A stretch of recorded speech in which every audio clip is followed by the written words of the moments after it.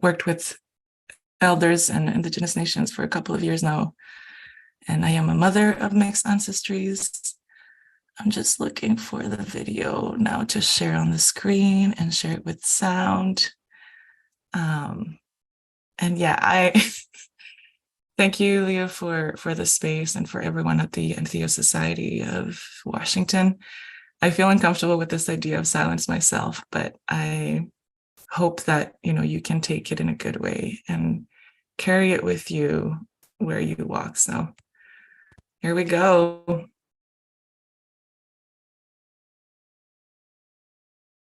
Oh, that's the wrong play that I wanted to put. Hold on. To move this around a little bit. Hello, everyone at the Entheos Society. I'm so excited to be sharing today with you. I am really sorry that I cannot be there live the first 30 minutes of the 2 p.m. session as I was supposed to. I've had a really beautiful opportunity to take a training with the organization that I work for, which is the first Indigenous-led virtual production micro-credential in the world. So I don't want to pass on that opportunity. And today we are in class. So I'm just recording this right now at 12:30 p.m. PST. And I will share with you a recording from the Women in Psychedelics event that happened in March, I believe, or April, which is an 18-minute presentation that I cover some of the things that I actually wanted to cover today. And also we'll share with you a really, really low quality, I apologize, version of the short documentary that I worked on with the response group at the Polygon Art Gallery last summer. And this is because I have a current housing situation that I cannot access my belongings. So I downloaded it from Facebook. I hope you can still catch some of it. And I'll pop in between both the Women in Psychedelic presentation and the short doc just to give some more detail. And I'll come back around 2:30 p.m. to have a conversation with all of you. Thank you. Arimar Pulamien, Inche Susan Pinien, Tanicha Ui Silva, Taninyuki Ui Yañez, Tawon Viña del Mar Mapumeo. My given names are Susan, Silva on my father's side, Yañez on my mother's side. I was born in what is known as Viña del Mar, in the Bicun Mapu in Chile, South America. And I have mixed ancestries of Andean, Mapuche, Spanish, German descent. I am a cultural facilitator. I also currently work actually with the Center for Migration Studies at UBC, and we've been doing some cultural work with immigrants and Indigenous leaders in the communities in Vancouver, so host nations. And I also am the operations manager for the IM4 Media Lab, which is based off Emily Carr and works with digital media for Indigenous artists. Thank you so much, everyone, for sharing all of your knowledge. I am really excited to have a chance to witness, everything that you've said, and also have a chance to speak. I have been working with the Wirrárica community since 2019 on an independent research about plant medicines and culturally responsible, culturally respectful ways to approach plant medicines. And before I get to this very loaded slide, I only have 2 slides though today, so before I get to this very loaded slide, I wanted to take a moment to talk about the United Nations Declaration of Rights for Indigenous Peoples. That the last time I spoke at a psychedelic summit up in Hollyhock last summer, actually not a lot of folks had heard of. You can leave the slide, it's okay. Gives people time to just read and analyze, so I can just get familiar with it. Sounds good. I was gonna pull up the UNDRIP, but do you want this one on instead, Susan? No, it's okay. I'm just gonna read 2 parts of it and just sounds good. Yeah, thank you though. Of course. This declaration, I'm surprised that not more people are familiar with, was created in 2007 by the United Nations to protect the rights of Indigenous peoples. And just before I get to the slide, I wanted to read two parts of it, which are kind of the statements that were written, in understanding why these were created from the General Assembly. And these two paragraphs I want to offer to you. I'm not sure, I'm not seeing the slide though. Is that normal or?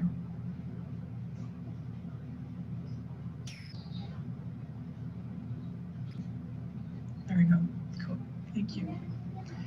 So, convinced that control by Indigenous peoples over developments affecting them and their lands, territories, and resources will enable them to maintain and strengthen their institutions, cultures, and traditions, and promote their development in accordance with their aspirations and needs.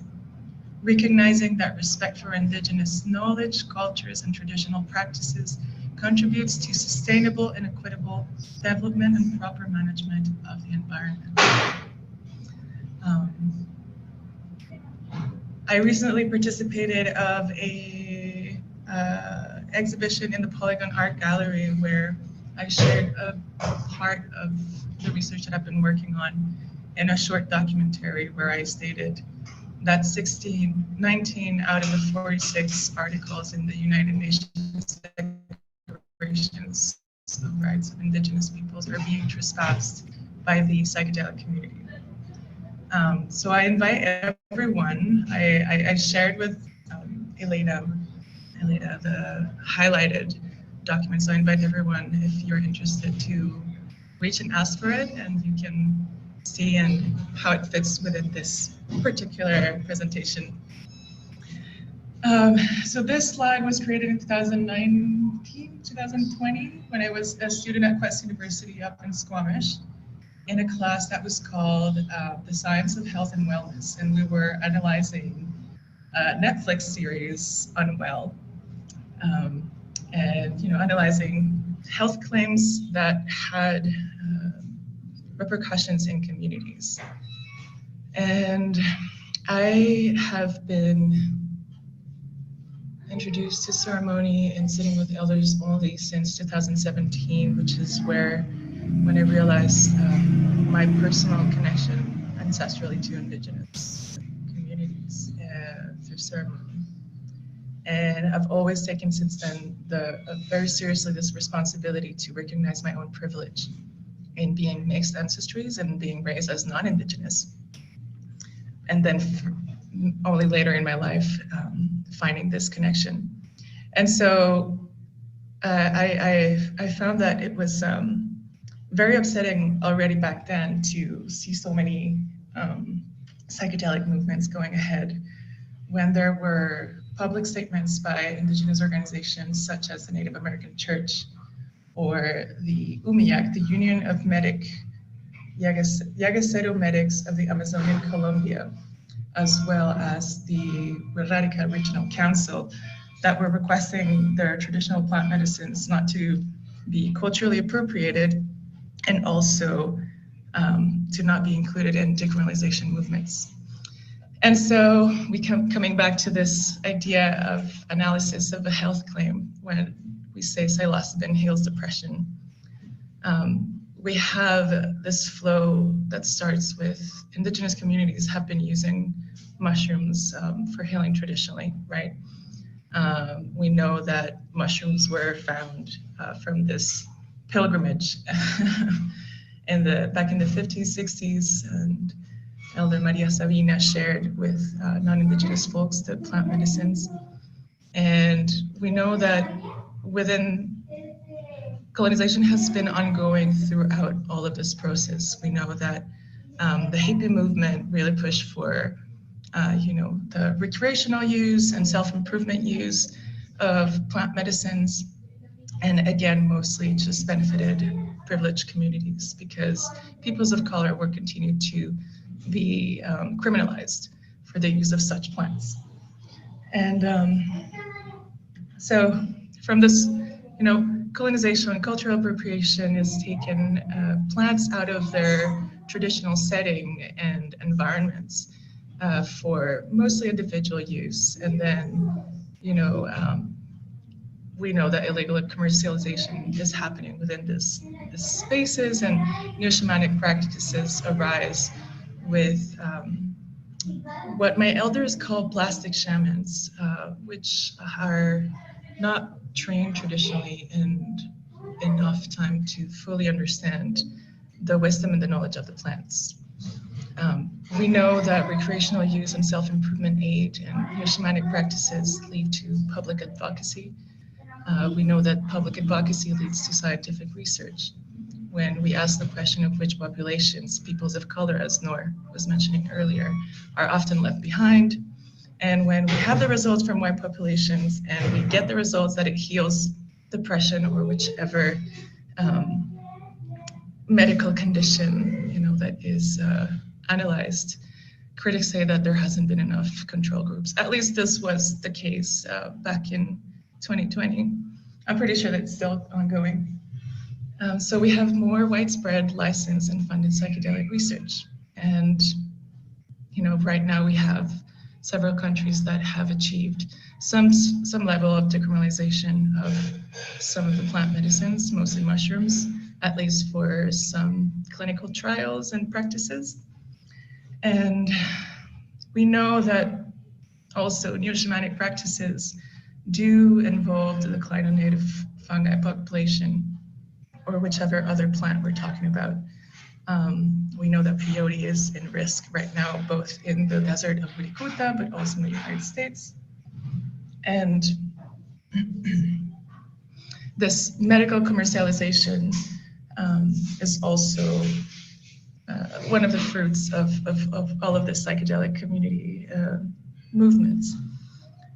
Now, if you look at the base of this slide, the globalization of plant medicines of extended recording, indigenous use, and management is without any prior or informed consent from indigenous nations. In fact, it is despite the statements of some nations and some indigenous organizations requesting that those are not included in these movements. This leads to further psychological, social, and physical risk for indigenous peoples, which, to be fairly honest and blunt with all of you today, is what we call cultural genocide. We can go to the next slide. So maybe you noticed that there were these three circles that are in the bottom, well, circle, hexagon, and triangle that were in the first slide that were not really talked about because it's what happens in the psychedelic community, or oftentimes peoples come and share their knowledge, but they are dismissed, right? They exist, they are there. Those things and those peoples continue to share their knowledge, but and share resources, but are not necessarily listened to. So from the work that I have been doing, and I'm conscious that I am speaking to folks that have dedicated their life to further the purpose of psychedelic research or psychedelic community, or even doing neo-shamanic practices. And I understand that those things may be coming from a good place, and that the heart is, in the right position to be doing these things. But I also want to be mindful that love will not solve our world's problems, right?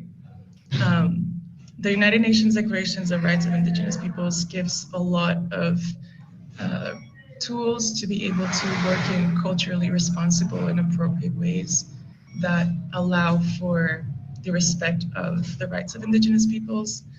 And in my own work and research methodology, I've been inspired by the Dr. Margaret Kovac, who's an Ehiya woman, and her book, Indigenous Methodologies, Characteristics, Conversations, and Context.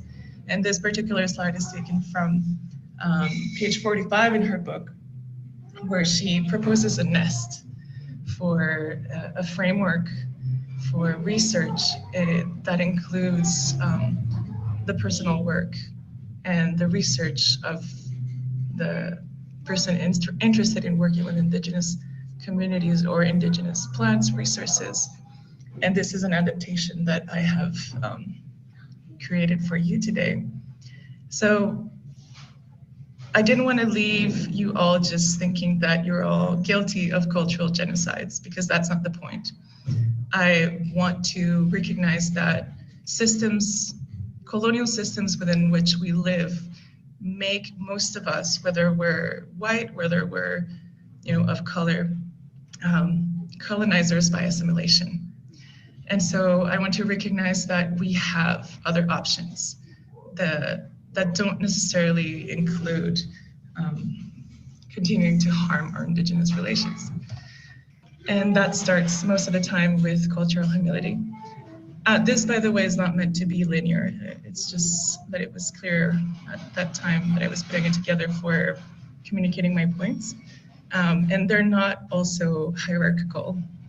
All of these different points work in relation with one another. And this is what we call relational methodology. Cultural humility means that recognizing that we don't know all the work that it has meant for Indigenous peoples to carry these plants since time immemorial, right? So instead of saying mushrooms heal depression, can we take a step back and say plants and fungi have been used since time immemorial by Indigenous peoples, Each and every nation has their own particular protocols, traditions, and laws and customs. And so every time we work with a particular plant, most of the teachings and the ways in which the plants heal or allow for healing are directly tied with the land-based science that Indigenous peoples have developed over millennia. These things are intrinsically tied because plants are considered as family. When we talk about repatriation of, stolen people, stolen, in museums, stolen artifacts, we can apply the same rule to plants in a sense with the UNDRIP backing it up. So I just want to expand a little bit on my train of thought. Permissions-based practices and trainings. Most of the elders that I've spoken with talk about a lifetime of training, and they will usually not call themselves medicine people. But that's something that is addressed by community and is or given by the elders, right? Those responsibilities, that is something lineages. And personally, I understand the lack of access to those traditional communities as a person of color that was displaced, but also completely disconnected from my Indigenous ancestry, right? So again, I understand coming from the hard places that are in the right position. But the UNDRIP has all of the tools for culturally responsible methodologies. And BC actually recently launched, November, I think, last year, a Declaration on the Rights of Indigenous Peoples Act action plan, since Vancouver became the first reconciliation city of the world, I believe, which is an action plan for 2022 to 2027 that was made in consultation with the 3 host nations, Musqueam, Squamish, and Tsleil-Waututh, that has concrete actions that people can take in order to respect the United Nations Declarations of Rights of Indigenous Peoples. The protection of native plant and fungi population obviously comes from supporting traditional law-driven practices and the ways, and as I say here, prior informed decision-making of sovereign nations, which further support reconciliation, decolonization, land-based knowledges and relational reciprocities, as well as remigration and democracy of species. And so I invite you all to ponder about our positions of privilege in having access to plants when some people can't even have access to drinking water. So, priorities for Indigenous people may not always be facilitating the access for everyone to heal when they're trying to survive on their own. And so my best suggestions is patience and further continuing relations with Indigenous folks. Because I know that we have so many tools within the psychedelic community to heal addiction and depression and PTSD, which are often things that are, as Noor was mentioning, affecting mostly the peoples of color. But at the same time, we know that these same plants that are now, affecting our communities with addiction were sacred plants in their own way, that were not treated in a good way, that were taken without permission, that were globalized without the regards of the nations involved, speaking about tobacco and other plants that now make alcohol. All right. And so, as I mentioned in this Women in Psychedelic presentation, there's a lot of layers to the complexities of what is currently happening within the psychedelic frameworks, communities. And I wanted to give a little bit more details about what a cultural genocide can look like currently, besides what I described earlier. Diversity, equity, justice, and inclusion are not necessarily the path and avenue that will be of preference from oppressed groups of people if the inclusion into those spaces and systems will mean that they have to leave behind their own practices, belief systems, and choices for living. And so whenever we think about, for example, the therapeutic sessions that the psychedelic community is proposing within the decriminalization movement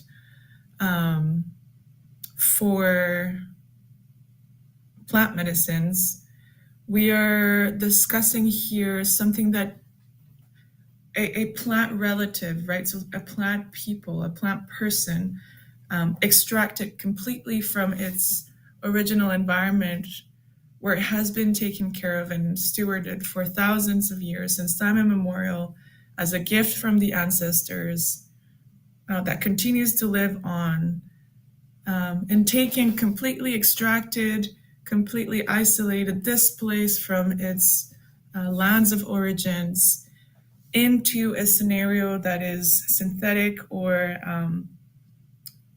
indoors, in closed doors, within very modified spaces that don't have the cultural relevant elements that the plants will usually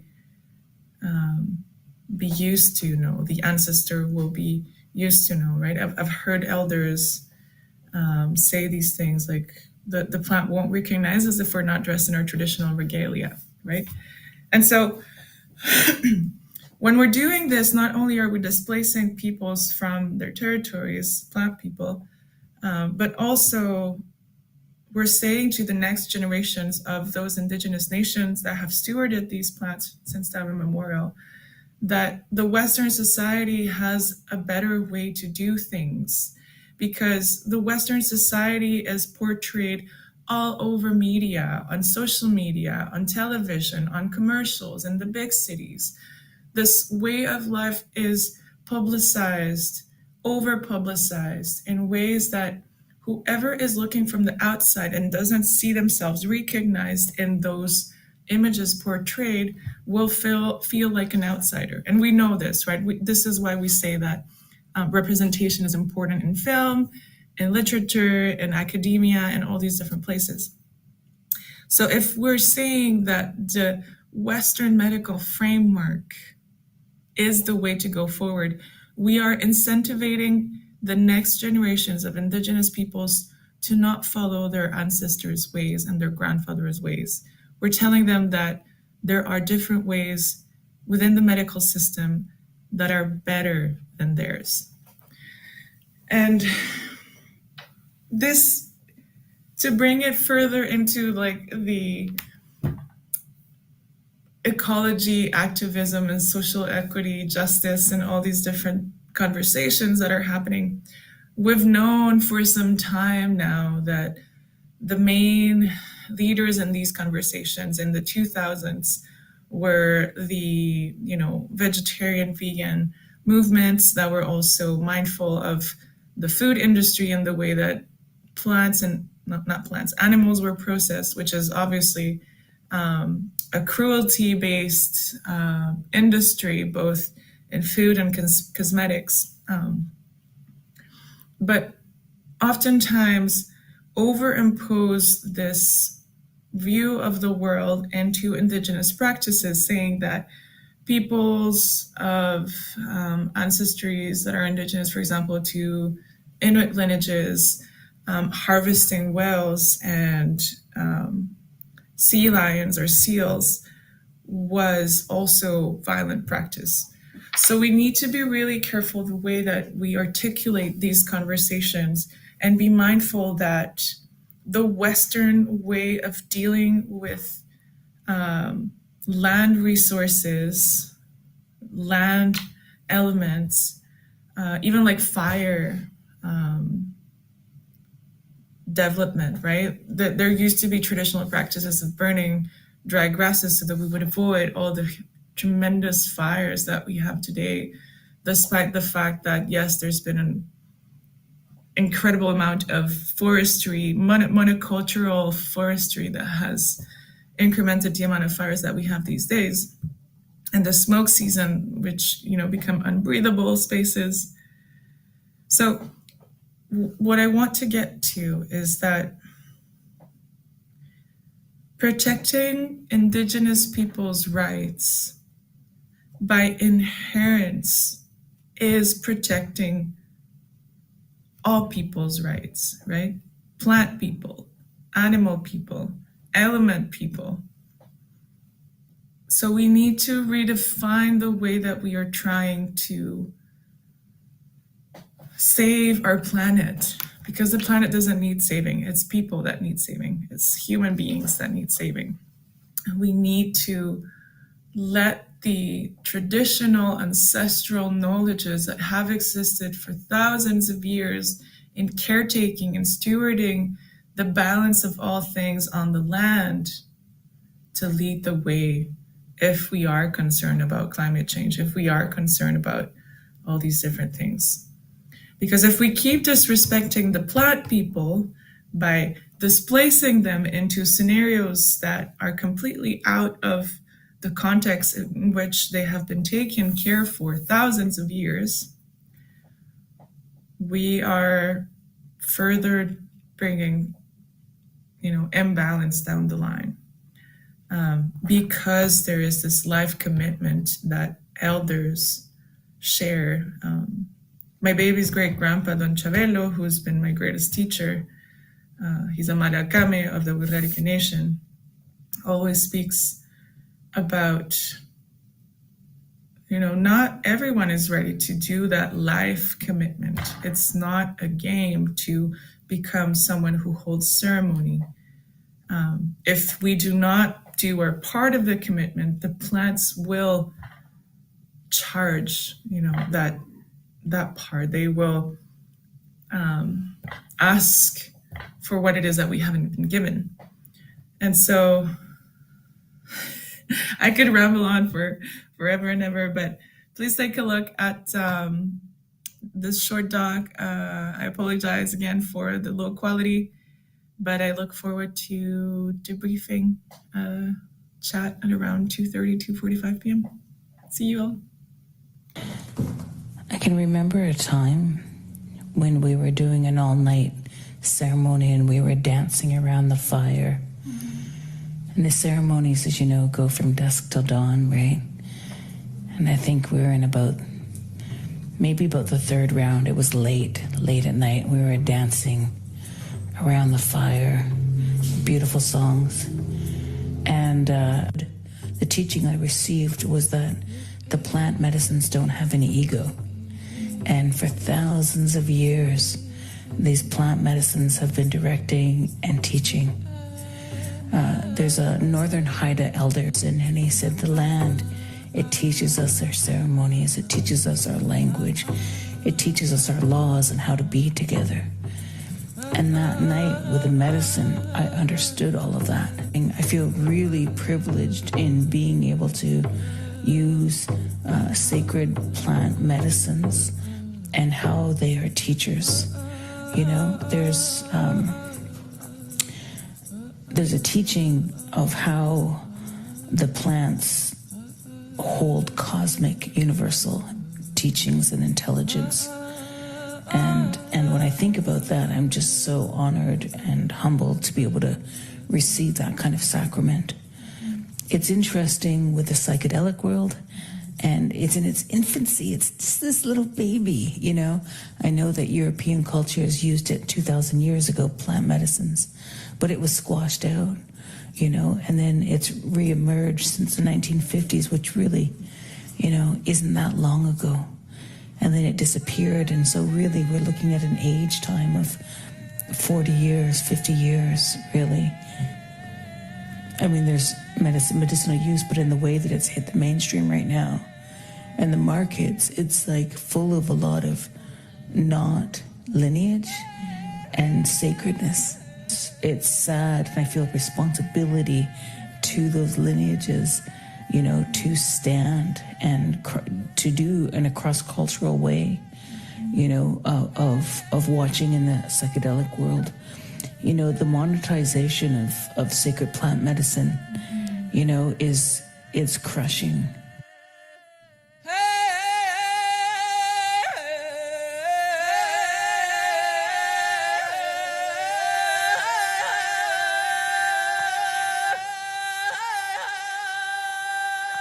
So it's interesting in watching sort of as one of my uncles would say, our younger relatives, you know, coming in with the psychedelic world.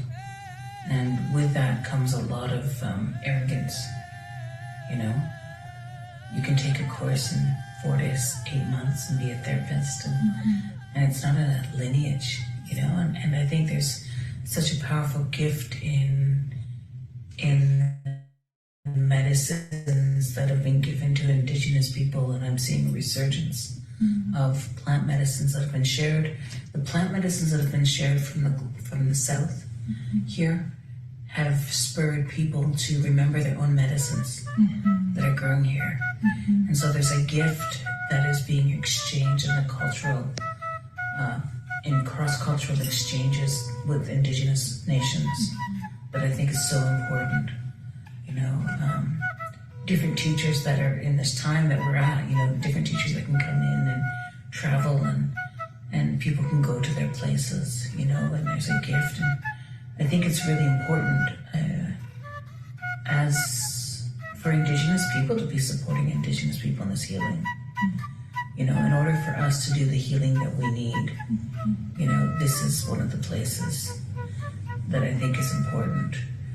And to me, with the medicines, I see that the gifts of reciprocity and inclusion that exist within Indigenous communities.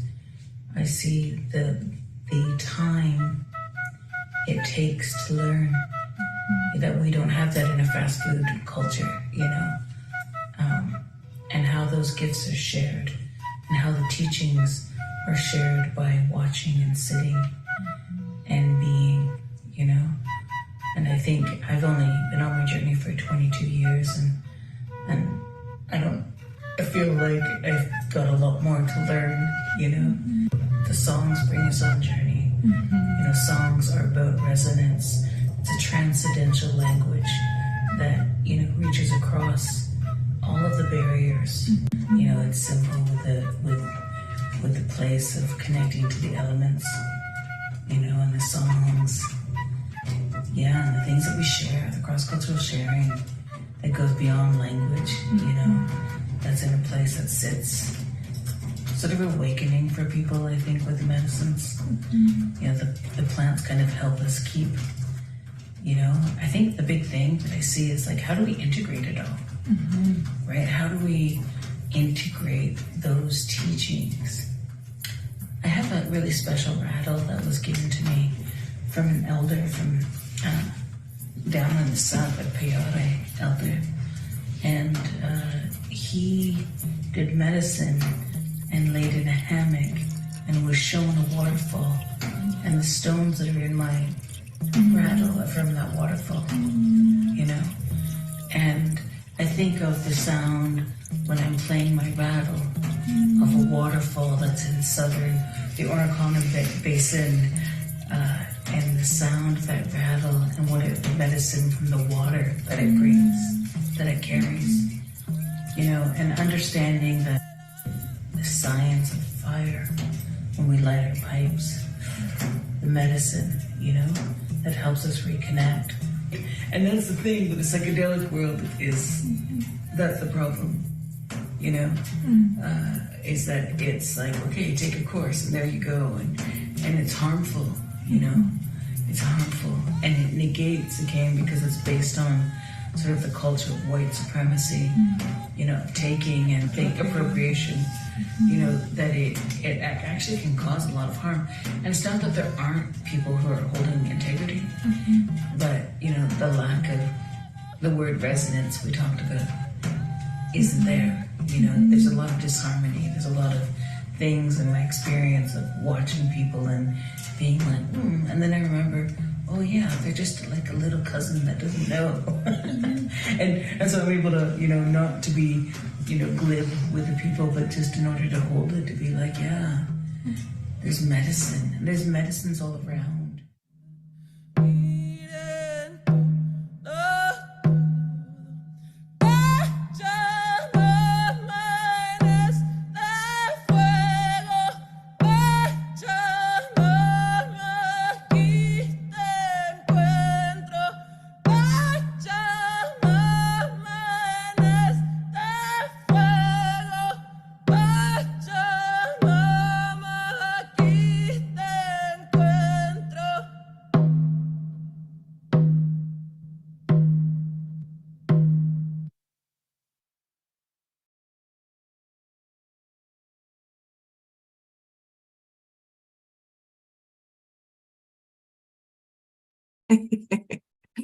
And there you have it.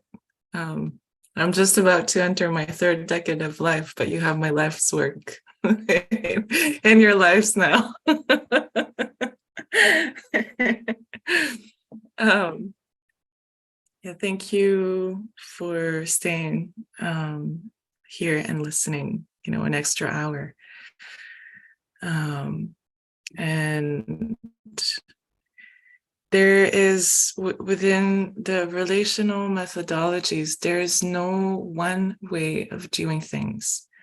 It is all about who we are individually within the communities that we live in, and how we show up to the land, how we show up to the people around us, how we show up in all of the places that we go to, and all of the tables that we sit at. You know, this is the thing that happens to Indigenous peoples. Indigenous peoples and peoples of color, we always get asked to talk about, you know, social equity. We always get tokenized to defend our rights. We need allies to step up and speak, not for us, not for ourselves, but to speak from your own life experiences and how it upsets you to live in this society that is, you know, desecrating, profanating the beautiful gifts that we have been given on this earth. Because when you try to speak for us, what happens is that then we become again the angry person, right? We become the person who's like, oh, this is so unfair. We need our allies to step up, to speak up from their own experiences, from their own life knowledges, so that we can come together and join these these different ways of coming back to the land. There's no wrong way of doing things besides capitalism, right? There's no, we will always make mistakes. And this is, when I look to like 7 generations forward, the only thing that I can hope is that our great grandchildren will look at these ages in time and will laugh and say, oh, remember those times where our human family was so lost that they kept destroying everything around them. That's my prayer, that this is just a little mistake in our timeline as human beings on this planet. And that we will be able to, as we're all, stepping up to the responsibilities that we are being given and acknowledging the harms that have existed, is that we can, stand up and carry forward this beautiful respect that we all hold in our hearts for each other, for ourselves, for the land, for the universe. So thank you everyone for listening. I know that Leo said there would be no talking, but I don't know. I don't know how to wrap up. It's been a 25 hours event now. Yeah.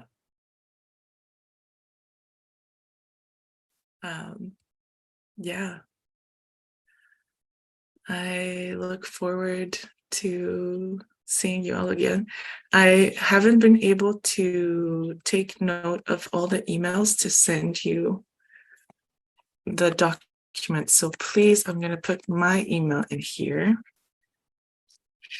Please send me an email, and I can, or I'll just forward it if you're connected with the Entheos Society. I don't know if they have an email list, but I can definitely share the I just highlighted the points, the articles that, from my experience and understanding of it, is how the rights of Indigenous peoples are being trespassed by the psychedelic community. Most of them speak to the rights for Indigenous peoples to manage their own resources, right? So even the UNDRIP itself is framed within a very colonial language. I don't know if you've heard of Elder Robin Kimmerer. In her book Braiding Sweetgrass, she talks that she mentions that, as people of the land, we don't have rights, we have responsibilities. We have responsibilities to the land, to the water, to the stars, to the trees. And but these are vital tools, though, that have been helping those cultural genocides that are still ongoing, even through school, when Indigenous children are forced to learn other languages before their own, right? And so helpful tools that we need to navigate these two worlds of translating ideas from one to another, and how can we walk in a way that we support bringing balance back. So lots of love to each and all of you. I'm glad that it was clear and helpful. I'm really proud of that workflow, that flow chart. It's been years in the making. And I'm around Vancouver for those who are in BC. I travel back and forth between Mexico. Happy to be invited to other places to talk about these things. So sending a lot of appreciation and care and respect for your walk on these lands, on this earth. I don't know that I can end this meeting, but I mean, if you,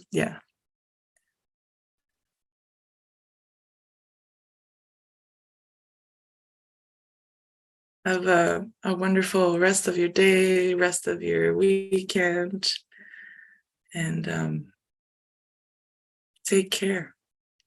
Take care of yourselves and each other and the land.